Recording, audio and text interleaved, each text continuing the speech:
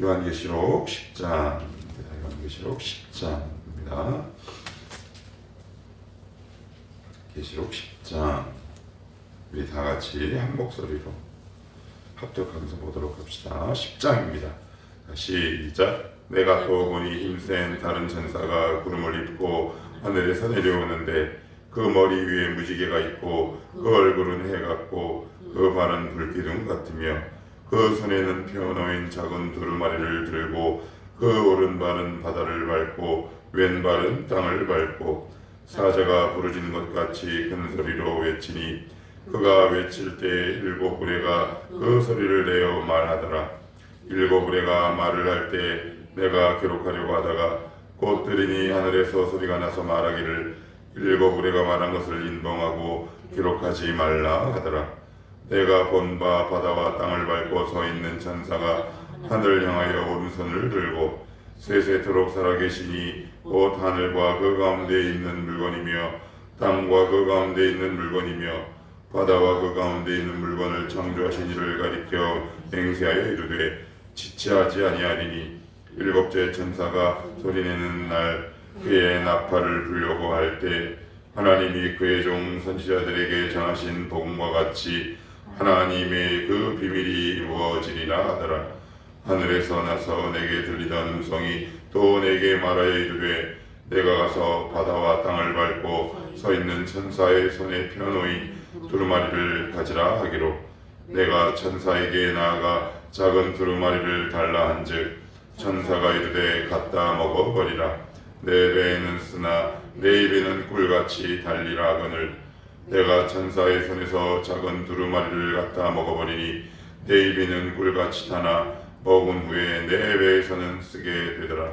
그가 내게 말하기를 내가 많은 백성과 나라와 방언과 임금에게 다시 예언하여야 하리라 하더라. 아멘. 자, 우리 계시록 10장에 들어가기에 앞서서 9장을 잠깐만 복습을 해야 그렇습니다. 다섯 번째, 여섯 번째 나팔이 이제 9장에서 시작됩니다. 그러면 10장은 이제 몇 번째 나팔이 남은 건가요? 일곱 번째 나팔을 불지 않습니다. 이게 되게 중요한 거예요. 왜 불지 않느냐? 일곱인 때는 그 과정과 굉장히 비슷해요. 잠깐 일시스탑. 계속되면 돌아올 수 있는 유예 기간을 하나님이 사람들에게 주시는 거예요. 그러니까 막 재앙을 계속 때리시기 전에 잠깐 스톱. 더 돌아올 사람이 있나 보자. 그러니까 재앙의 목적, 나팔의 목적, 인을 떼는 목적은 벌 주고 그들을 심판하는 것이 궁극의 목적이 아니라 사람들을 돌아오게 하는 것이 바로 하나님의 목적이 있다. 이렇게 보시면 되고요. 자, 9장을 잠깐 우리 짚고 넘어가면 교회와 성도들의 승리의 말씀이라고 그랬어요.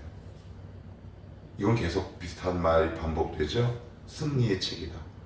그 승리는 누가 승리하는 거예요? 하나님이 승리하면 결국 누가 승리하는 건가요?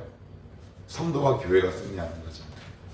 두 번째, 물이 상류에서 발원해서 지류를 타고 흘러가 냇가를 흐르고 그 냇가가 강을 이루고 그 강물이 결국 바다에서 만나듯 요한계시록은 신구약이 모두 만나는 결정판이다. 그래서 아침에 저희가 조금 귀찮긴 하지만 성경을 이것저것 찾아보는 이유가 갑자기 요한계시록에서 나온 말씀이 아니라 그랬어요. 창세기에서 나오고, 그죠? 에스겔에서 나오고, 출애굽기 나오고, 그리고 레위기도 갔다가, 스가랴도 갔다가, 그리고 마태복음도 가요. 이제 나중에 계속 보면 요한일서도 가야 될 거고요. 그러니까 성경 65권의 집약, 그리고 결정판이 바로 요한계시록이다. 그래서 요한계시록만 읽어서 해석을 한다? 굉장히 위험하다. 다시 말씀드리지만 신구약이 모두 만나는 결정판. 그리고 이 나팔재앙이 뜻하는 것이 뭐다? 나팔은 어떤 뜻을 가지고 있나 그랬나요? 승리, 그리고 경고하는 거죠. 야, 적군이 쳐들어왔다. 아니면 승리하고 돌아왔을 때 기쁨의 나팔을 불지요. 그러니까 이 어떤 것이든 나팔은 듣고 깨닫는 것이다. 빨리 돌아오라. 그 뜻을 담고 있다. 이렇게 말씀을 드렸는데, 자, 그러면 제가 서두에서 말씀드렸듯이 왜 하나님은 5번째, 6번째 나팔을 바로 불지 않고 왜 중간에 이렇게 뜸을 들이시느냐, 그 이유에 관해서 조금 더 구체적으로 10장에서 살펴보도록 하겠습니다. 자, 1절입니다. 자, 시작. 내가 또 보니 힘센 다른 천사가 구름을 입고 하늘에서 내려오는데 그 머리 위에 무지개가 있고 그 얼굴은 해 같고 그 발은 불기둥 같으며, 여기 또 나오네요. 해, 그 다음에 해요, 해 같고예요. 해 같고 그 발은 불기둥 같으며. 여러분 시간 있을 때 한번 인터넷에서 한번 요거를 그대로 검색을 해보시면 아주 괴물 같은 사람이 등장합니다. 존재가. 야, 그러면 되게 동질감이 아니라 이질감이 느껴져요. 그러니까 사도 요한이 같고 라는 이 표현을 사용하는 것이 중요하다. 그래서 우리가 배운 거 다시 갖고 와야 되는 거예요. 뭐라 그랬어요? 회화적으로 표현했지만 결국 언어적 말씀으로 이해를 바르게 해야 한다. 그래서 이것을 회화적 그림으로 묘사한 대로 그냥 하나님은 이래, 천사는 이래 하면 엉뚱한 싸움에 휘말리게 된다. 그 부분을 굉장히 조심해야 하는데, 자, 힘센 다른 천사. 그래서 이 힘센 다른 천사가 누군지 막 학자들 사이에 논쟁이 붙어요. 야, 가브리엘이다. 여기 무슨 천사요? 힘센이라 그랬다. 구름을 입고, 야, 어떻게 구름을 입는데 어떻게 가브리엘이겠느냐? 예수님일 것이다. 뭐 이런 의견들이 굉장히 많아요. 뭐 그것도 중요할 수 있겠지만 더 중요한 건 이것을 통해서 주시는 뭐가 중요하다 그랬어요? 메시지가 중요하다 그랬죠. 그래서 지금은 전통적으로 이건 아마 예수 그리스도를 상징하는 것이 더 타당하다라는 쪽으로 이렇게 많이 기울었어요. 그런데 가브리엘이다, 예수님이다, 이것을 아는 것보다 이런 상황을 통해서 하나님이 우리에게 주시는 메시지에 우리가 귀를 기울이고 보지 않으면 엉뚱한 논쟁에 휘말릴 수 있는데, 자, 여기 보시면 구름을 입고 하늘에서 내려오는데 그 머리 위에 무지개가 있고 그 얼굴은 해 같고 그 발은 불기둥 같다. 자, 2절도 보시면 그 손에는 펴놓인 작은 두루마리, 그래요. 펴놓인 작은 두루마리를 들고 오른발은 바다를 밟고 왼발은 어디요? 땅을 밟고. 이게 조금 이상하죠? 한쪽 발은 어디요? 바다. 한쪽은 땅. 왜 이렇게 하셨을까요? 여러분 기억나세요? 복음서에 예수님이 베드로 보고 주님, 저도 여기 무리를 걷게 해주세요. 그랬더니 나에게 오라. 그래서 베드로가 막 하다가 확 하고 빠지잖아요. 주님이 어떤 학자는 호수라고 표현하기도 하고 갈릴리 바다라고도 하는데, 이 바다는 결국 물이잖아요. 물 위를 걷잖아요. 이게 무슨 얘기일까요? 땅과 바다의 발을 딱 딛고 계시는 하나님, 모든 문제 위에 계시는 하나님, 이 땅의 모든 문제의 주권을 갖고 계신 우리 주 예수 그리스도를 상징하는 거죠. 물에서만 있는 문제가 아니라, 그렇다고 땅에서만 있는 문제가 아니라 물, 땅 가리지 않고 그 위에 딱 우뚝하니 계신 하나님, 우리가 날마다 이런 주님을 만나기를 소원하고 축복합니다. 우리는 날마다 다양한 삶의 문제에 부딪히잖아요. 그죠? 얼마나 많은 큰 문제, 그리고 복잡한 문제에 부딪혀요. 땅 같은 문제, 물 같은 문제, 바다 같은 문제, 때로는 빠질 만한 문제. 근데 그 문제에 빠지지 않고 발을 딱 딛고 계시는 우리 주님을, 그러니까 오늘도 우리가 자꾸 빠지는 이유가 뭘까요? 우리 자꾸 빠지잖아요. 저도 가끔씩 빠져요. 옛날만큼은 아닌데 이렇게 어떤 시선을, 주님을 바라보다가 제 아내가 저에게 하는 말이 있어요. 고개 그래요. 무슨 얘기냐? 제가 이제 나이 먹어서 중력을 못 이기나 봐요. 고개를 자꾸 이러고 걸어요. 그래서 제 아내가 여보 고개. 그래서 요즘은 이렇게 걸으려고 막 노력을 합니다. 근데 우리는 신앙의 중력을 받아요. 이게 무슨 말일까요? 고개가 자꾸 내려와요. 여러분 안 그러세요? 더 자연스럽죠. 내려오는 게 자연스러워요. 문제를 보는 게 훨씬 더 우리에게 자연스러워요. 여러분 주님을 바라보는 게 자연스러워요? 아니면 문제 안으로 들어가는 게 자연스럽습니까? 살아보니까 저처럼 이 중력의 영향을 받아서 자꾸 고개가 숙여져요. 그런데 우리 주님은 불 위에 계시고 땅 위에 계시는 문제 위에 계신 하나님임을 이렇게 알고 선포하고 있는데, 근데 그럼 주님이 무엇을 갖고 내려오냐면, 여기 보시면 2절에 보시면 그 손에는 뭐라고요? 펴놓인 작은 두루마리. 왜 이 두루마리를 이렇게 탁 펴갖고 이렇게 내려오실까요? 그 이유를 알려면 9장 20절, 21절을 읽으셔야 돼요. 9장 20절, 21절 한번 읽어볼게요. 시작. 이 재앙에 죽지 않고 남은 사람들은 손으로 행한 일을 회개하지 아니하고 오히려 여러 귀신과 또는 보거나 듣거나 다니거나 하지 못하는 금은 돈과 목석의 우상에게 절하고 또 그 살인과 복술과 음행과 도둑질을 회개하지 아니하더라. 그래. 재앙이 계속 일어났어요. 그런데 사람들은 경험하면 변화될 줄 알았어요. 그런데 매해도 변화가 되지 않는 거예요. 그러니까 우리 주님이 두루마리를 이렇게 딱 피는 거죠. 이게 무슨 의미일까요? 말씀을 듣고 변화하라. 말씀을 보고 변화받아라. 사람은 체험과 경험으로 변화되지 않아요.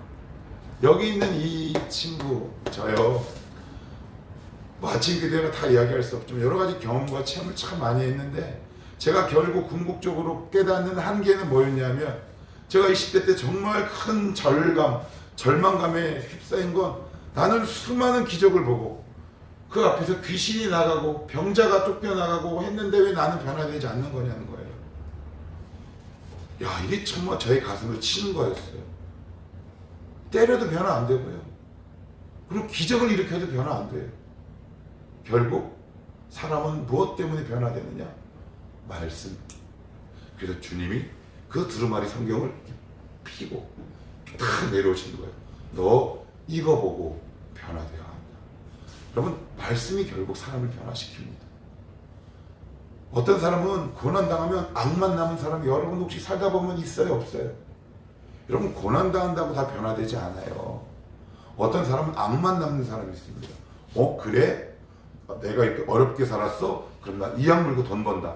그런 분들 많이 보셨어요, 안 보셨어요? 너무 많잖아요. 사람이 체험으로, 경험으로 변화되지 않는다. 고난으로 변화되지 않는다. 이걸 아신 우리 주님께서 여러 고난과 환난 가운데도 변화되지 않는 이 인간들을 보니까 두루마리 책을 어떻게 해요? 핀 채로 이 땅에 탁 내려줘서 우리에게 보여주신다. 지금 그 말씀을 갖고 있는 거예요. 그러니 이 책을 열어서 보인다는 의미는 결국 이것을 보고 돌아오라는 거예요. 말씀을 듣고 보고 돌아오라. 하나님은 오늘도 끊임없이 우리에게 재촉하시죠. 돌아오라, 돌아오라, 이렇게 말씀하고 있어요. 공개된 말씀을 읽고 보고 돌아오라. 이 마지막 때를 이길 힘은 결국 말씀이다, 이렇게 얘기하고 있죠.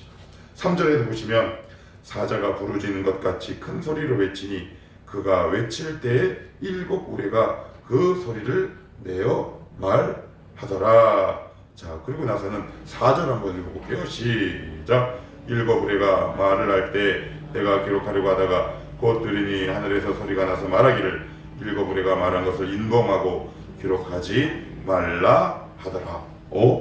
보통은 먹어라 혹은 기록하라 하는데 기록하지 말라 그래요. 이상하잖아요.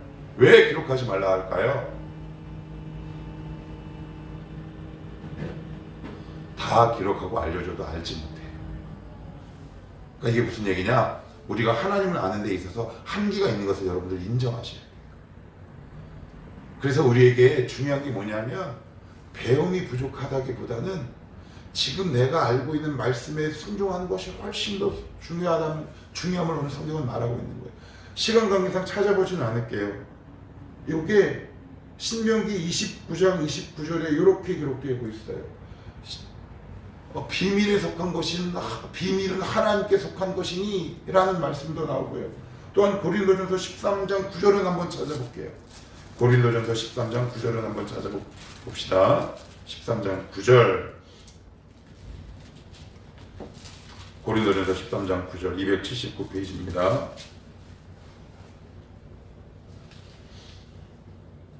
자, 시작. 우리는 부분적으로 알고 부분적으로 예언하나 온전한 것이 올 때에는 부분적으로 하던 것이 패하리라. 이게 누가 이 말을 적은 거예요? 누가? 사도 바울이. 그 위대한 사도 바울도 하나님의 말씀을 전하는데 다 전했대요? 아니면 부분적으로 전했대요? 예, 우리는 하나님 다 몰라요. 한계를 인정하라는 거예요. 그래서 여기서 중요한 게 있어요. 이단들은 어떻게 다가올까요? 야, 너 그동안 교회에서 배우지 못한 거 있지. 그런데 이단을 딱 가서 보면 그동안 교회에서 한 번도 듣지 못한 내용이 나오는 거예요. 여러분이 정상적으로 교회 생활을 다녔다면 한 번도 듣지 못한 말씀은 이 세상에 없어요. 이미 다 말씀했어요. 그런데 우리는 자꾸 지식의 충족만을 생각해요. 그러면 왜 기록하지 말라고 했을까요? 이제 그만하고 네가 있는 말씀에 순종하는 삶을 살아라. 그것이 훨씬 더 중요하다라는 것을 우리에게 알려주시는 거죠. 이게 오래된 신자들이 빠지는 거예요. 여러분 혹시 저랑 한 3, 4년 하는데 눈치를 혹시 채셨는지 모르겠어요. 목사님 무슨 말인가요? 제가 최근에 바나바 훈련을 안 해요. 이유가 있어요. 제자훈련 받고 그 말씀을 하고도 씨름하며 끙끙대며 살라. 이게 그냥 많이 배운다고 사람이 그 순간마다 변화되는 게 아니에요. 비록 내가 알고 있는 지식의 양은 많지 않지만 그 나에게 주신 그 한정된 말씀만이라도 붙들고 씨름하는 자가 바나바 훈련, 신학 이런 것들보다 어떻게 더 크게 하나님 말씀에 순종하며 아름다운 삶을 살 수 있더라. 때로는 배움이 부족하지 않아요. 우리는 그 말씀대로 행하는 것이 훨씬 부족함을 점점 알게 되겠더라. 그래서 제자훈련까지는 제가 이렇게 시켜요. 바나바 훈련은 그럼 안 해요? 아니에요. 하지요. 제가 이제 사역 그런 그 기준과 그 과정까지 가기 전에는 반드시 넘어가야 하는데 제자훈련을 받고 좀 텀을 길게 두려고 해요. 그 배운 말씀을 곱씹고 있는가? 복습하고 있는가? 그 말씀과 씨름하고 있는가? 우리가 지금 우리에게 주신 하나님의 말씀을 갖고 여러분들 씨름하며 사십시오. 그것을 대고 어떻게 하면 순종할까 고민하며 사십시오. 그래서 우리의 생각에는 계속 기록하고 더 계속 배우면 좋을 것 같잖아요. 그런데 오늘 뭐라 그래요? 기록하지 말라. 또 한계가 있다. 그러니 네가 지금 알고 있는 말씀만이라도 순종하는 삶을 살아가라. 그런 의미를 담고 있어요. 자, 우리 계속해서 쭉 넘어가서 한번 봅시다. 자, 7절로 갑니다. 7절. 자, 7절입니다. 시작. 일곱째 천사가 소리내는 날 그의 나팔을 불려고 할 때 하나님이 그의 종 선지자들에게 전하신 복음같이 하나님의 그 비밀이 이루어지리라 하더라. 자, 제가 대놓고 물어볼게요. 하나님의 그 비밀이 뭐예요? 하나님의 비밀. 궁금하시죠? 하나님의 비밀.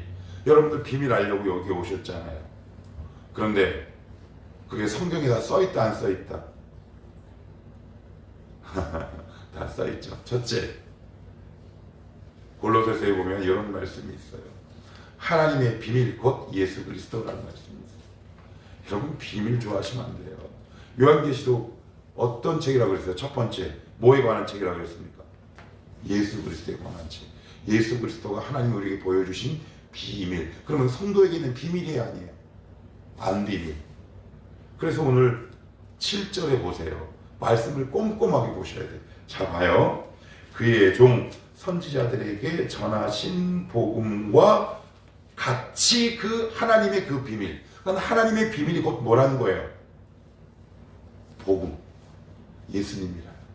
아유 시시해. 여러분 혹시 뭐 신비한 거 기대하셨어요? 아니에요. 하나님의 비밀은 뭐다? 복음이에요. 여러분 하나님의 비밀을 알고 싶으세요? 그러면 주님이 어떤 분이신지 깊이 알아가세요. 그래서 빌립보서에 사도 바울도 이렇게 얘기하잖아요. 내가 그리스도를 아는 지식이 가장 고상하다. 가장 고상하다. 이것만 알면 다른 지식은 나에게 필요 없다. 그런데 교만하거나 이단으로 빠지거나 사이비에 빠지는 사람들의 특징은 뭐냐면 이미 가장 큰 걸 주셨는데 이만한 작은 콩알만한 거를 찾으려고 정통교회를 떠나거나 이상한 길로 빠지는 사람들이 저는 부지기수로 많이 봤다. 중요하니까 다시 한번 읽어볼게요. 7절 시작. 일곱째 천사가 소리내는 날 그의 나팔을 불려고 할 때 하나님이 그의 종 선지자들에게 전하신 복음과 같이 하나님의 그 비밀이 이루어지리라 하더라. 그의 종 선지자들에게 전하신 복음, 그게 뭐예요? 구약. 그죠? 구약부터 지금까지 전한 수많은 말씀들. 그거의 요체가 누구예요? 예수 그리스도. 성경의 핵심이 뭐예요? 구약은 뭡니까? 오실 메시아. 신약의 핵심은 오신 메시아. 하나 더 있다고 그랬어요. 다시 오실 메시아.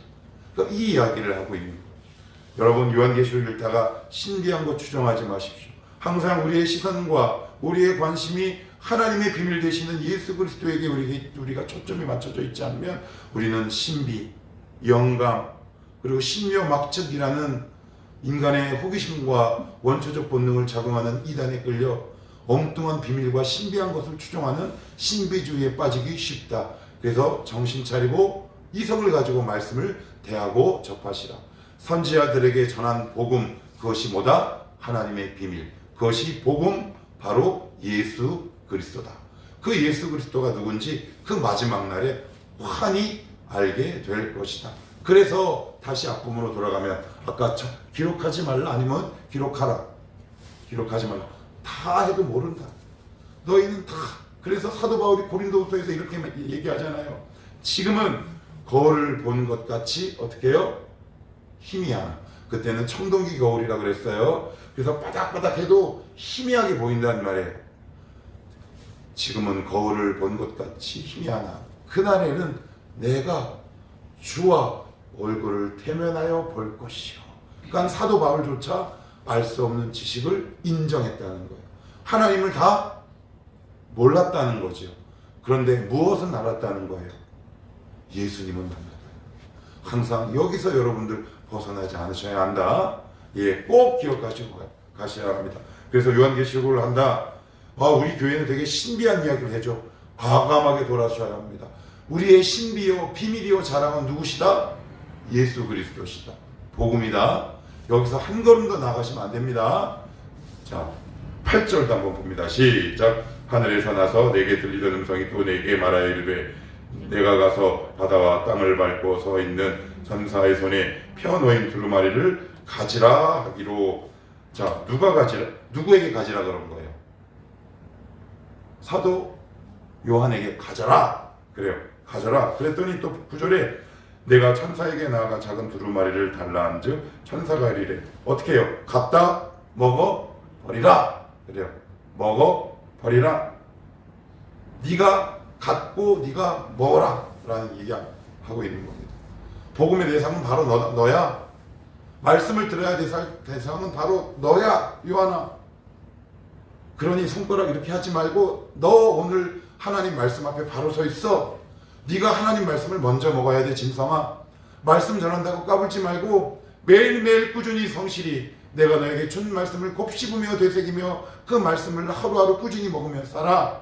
그래야 네가 말씀을 바르게 전할 수 있어. 말씀을 바로 들어야 하는 것이 바로 이 집사 너야, 이 집사 너야, 우리 인경이야. 이렇게 말씀하고 있는 거죠. 이 말씀을 듣는 것이 저 사람이 들었으면 하는 것이 아니라 심지어 사도인 요한에게 네가 말씀을 가져야 하고 네가 말씀을 먹어라. 이렇게 말씀하셔야 되잖아요. 너는 이 말씀을 가지고 누군가에게 먹여라. 그런데 하나님은 그렇게 말씀하시지 않고 가져라 그리고 먹어라.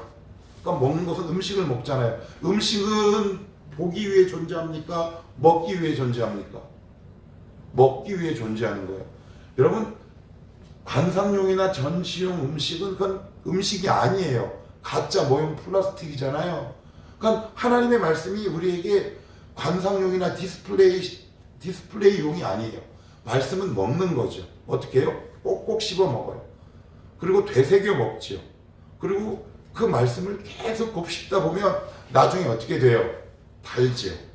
그러니까 말씀이 이 지경까지 계속 가시려면 곱씹고 근데 요 다음 구절에 보면 입에는 다는데 배에는 쓰대요. 왜 이렇게 말씀하실까? 그 말씀을 곱씹고 듣고 세상에 나가서 그 말씀을 적용대로 하려고 하는데 내 영혼이 너무 괴로운 거야. 여러분 그런 경우 있어요? 없어요? 배에는 쓰죠. 영혼에는 씁니다. 이 배에는 쓰다라는 말은 무슨 말일까요? 체화되는 거예요. 체화. 무슨 말일까요? 말씀이 내 안에 인격으로 자리 잡아 가는 과정이 쉬워요? 어려워요? 어려워요. 그럼 첫 번째는 뭐예요? 말씀을 갖고, 두 번째는 이 말씀을 먹되 그냥 꿀떡 삼키는 것이 아니라 곱씹고 되씹고 그 말씀에 부딪혀 순종해도 보고, 말씀에 순종했는데 상황이 안 돼가지고 당황해도 보고, 하나님 왜 이러세요? 말씀을 갖고 따져도 보시는 거고, 그런 과정 없이 어떻게 우리가 예수를 믿어요? 근데 이런 싸움이 우리에게 없는 경우가 얼마나 많이 있는지 몰라요. 말씀을 갖고 먹고 씹고 그 말씀에 부딪혀보고, 하나님 순종했는데 왜 안 해주세요? 하나님 이거 왜 이래요? 이런 싸움들이 우리 가운데 있어요. 그리고 나서 이 말씀이 우리의 인격으로 자리 잡는데 쓰게 되죠. 만만한 싸움이 아니라는 얘기입니다. 바로 그 말씀을 하나님은 우리에게 하고 있다. 자, 11절 읽고 오늘 마칩니다. 자, 11절 시작. 그가 내게 말하기를 내가 많은 백성과 나라와 방언과 임금에게 다시 예언하리라 하더라. 그래. 어떻게 예언하래요? 다시 합니다. 다시. 창피한 이야기지만 저도 이제 이 말씀을 전하게 되면 아마 많은 목회자들이 이런 한계에 부딪히게 될 거예요. 가끔 가다가 이럴 때가 있어요. 어떤 때냐면 말씀을 전하기 싫다. 그럴 때가 있어요. 이제 특별히 이렇게 속으로 그렇게 훈련을 이렇게 집중력으로 막 할 때, 어떨 때는 정말 싫을 때가 있어요. 어차피 듣지도 않을 텐데요. 지금 안 들을 거죠. 뻔히 알아요. 근데 하나님이 그때 저에게 주신 말씀이 있어요. 모세에게 뭐라고 말씀한 줄 아세요? 모세야, 바로에게 가서 얘기해. 근데 네 말을 안 들을 거야. 근데 가.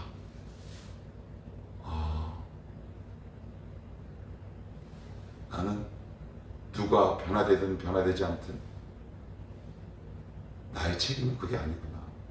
전하는 것까지만 나의 책임이구나.